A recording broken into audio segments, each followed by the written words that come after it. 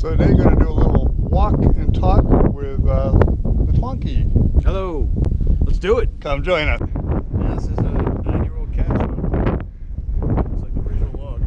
All right, Dave, we found our first geocache. Why don't you introduce yourself? Tell us who you are and how long you've been geocaching. Well, I'm known as TheTwonky, better known by my wife as Dave.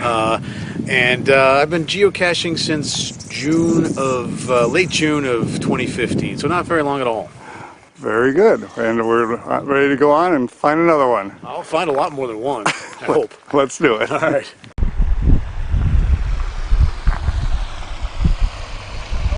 Whoa. Hello. Okay, TheTwonky, that's a pretty unusual name. What's that mean? Yeah, it's a rather obscure science fiction film from the 1950s, based on a 1940 short story about a television who takes over a man's life. And you know, it's really bad. I think a lot of people would really hate it, but I love it. It's fun for what it is. It's cheap science fiction. It's commentary, and a lot of people love it. A lot of people hate it, and you can watch it on YouTube if you want because it's public domain.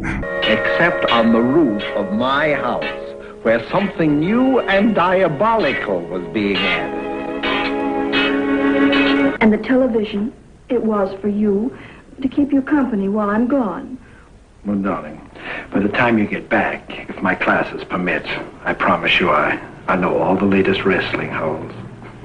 Very good. And what's your connection to TheTwonky? Oh, well, yeah, I mean, as I said, it was the film's about a television that takes over a man's life, and as a television producer myself, I thought it was rather apropos to call myself TheTwonky. You're a television producer. We'll have to talk about that later. Oh God, no, thank you. All right. Only if we find a few more first. All right, let's find a few more first. Okay, thanks. You know, it takes longer to find them than find them. I know. As long as we're here at X marks the spot. How'd you find out about geocaching?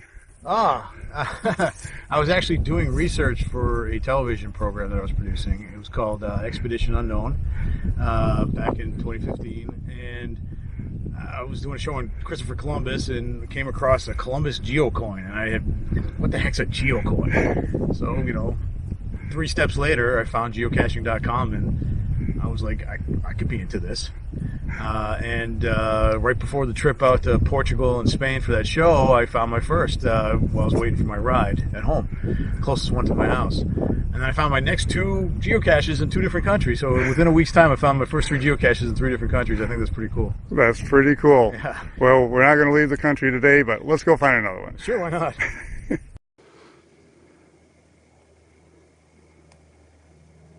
What kind of geocaches do you like most? Whoa. I mean, there's so many different kinds. They're so great. I mean, who doesn't like finding a, you know, ammo can in the middle of the woods, though, on the top of a mountain, something like that? I mean, those are always the best. In geocaching, what makes you kind of unique? What are you doing that other people haven't done? Absolutely nothing. I mean, I'm still learning as far as I'm concerned. I mean, I only have about, maybe I might get my 5,500th while we're out today, and I think that's still novice level compared to some of you guys. Okay, but you told me about something. How many states do you have about? Oh, states. I did, last month I went to Minnesota and Wisconsin. I think that made 29 and 30, 31. I honestly don't know, somewhere around there. But I've been to 20 countries geocaching, which is pretty good. 20 countries and 31 states, that's pretty dang good if you ask me. Yeah, for about 3 or 4 years. Yeah, I think that's, I mean, I'm very fortunate to have a job that takes me around the world, and I'm able to go to nice vacations as well. Very good. Well, let's go find another one here in California. I got no issue with that. So, TheTwonky, what do we got here? The title of this is Fossil Spore, so it's kind of obvious where this might be, this cache. Ow! Well, there you go, now I'm bleeding. But, look at all that stuff in there. If you can get some detail of the different... Of course, all this used to be underwater back, you know, a couple of decades ago. But these, like, there's one sticking up really well right there. Oh, yeah. Yeah. I've never seen one sticking up like that. That's really unique. Yeah, it is. It's rare that it would last that long. I mean, because the elements would just get to it, or some stupid geocacher might not notice it, you know? Right. And look, we also have a geocache, so that's even more exciting. All right.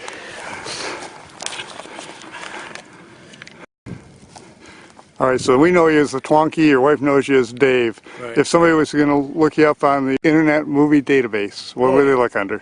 I think I'm officially listed as David M. Barsky.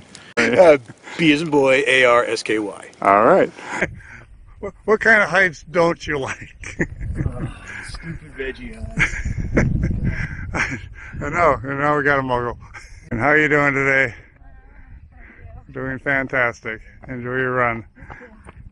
All right, Dave. Yes. Getting back to you. Okay, welcome back to me, ladies and gentlemen. So briefly, what's the job of the producer? Oh boy, that's a nebulous term. I mean, there's lots of levels of producing in television and film and all that kind of stuff. I mean, it's organization, it's planning, it's directing, it's writing. I'm generally an executive producer, also known as a showrunner at this time. So I direct in the field, I supervise editing, I edit the scripts when I need to.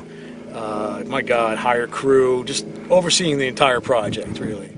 So geocaching would be a way to get away from that? Or producing is a way to get away from geocaching, either way you want to look at it. No, in a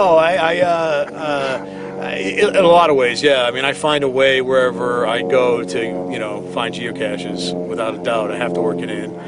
You need some balance, without a doubt. And if you're sitting in an edit bay for 20-odd hours in a row, you want to get out and find a geocache when you wake up at 5 a.m. So why don't we go up this trail and let's go find another geocache.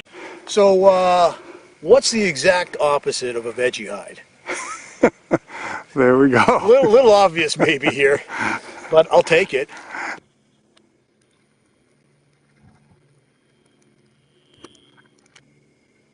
Our first DNF. What's the worst DNFs that you've ever had that you were able to avenge? That I was able to avenge? Yeah. Oh, wow. Oh, man. But this past, it was about 2 months ago, I was in Budapest, Hungary, and I had DNF'd a cache there 2 years ago. And I happened to be back in the same area, and sure enough, I figured out what I did wrong based on newer logs, and I went in there and I found it. And that was a 2-year-old DNF across the Atlantic Ocean. Yeah, I thought that was pretty cool. That's pretty darn cool. Yeah. Excellent. All right, Dave. This is kind of unique. Tell us some different things about this geocache. It's, I think, 12, nearly 13 years old.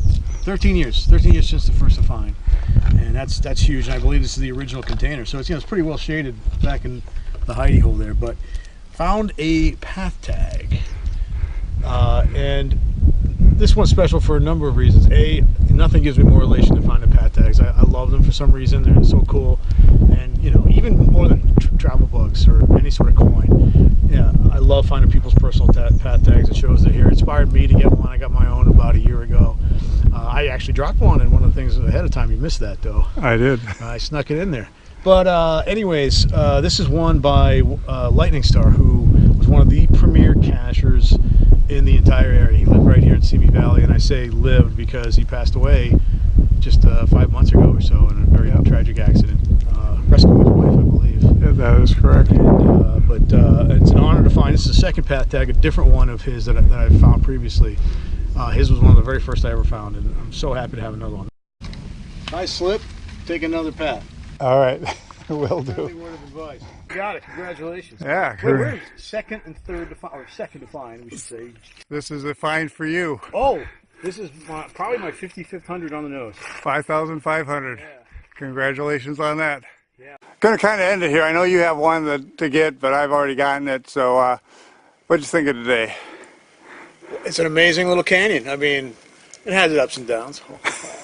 No, but it was beautiful, absolutely beautiful. I mean, we went to territory not many people have seen, and it's great. And I only stepped in cow poop once, so can't get better than that. So it's been a great day, and thanks for joining us. Thank you.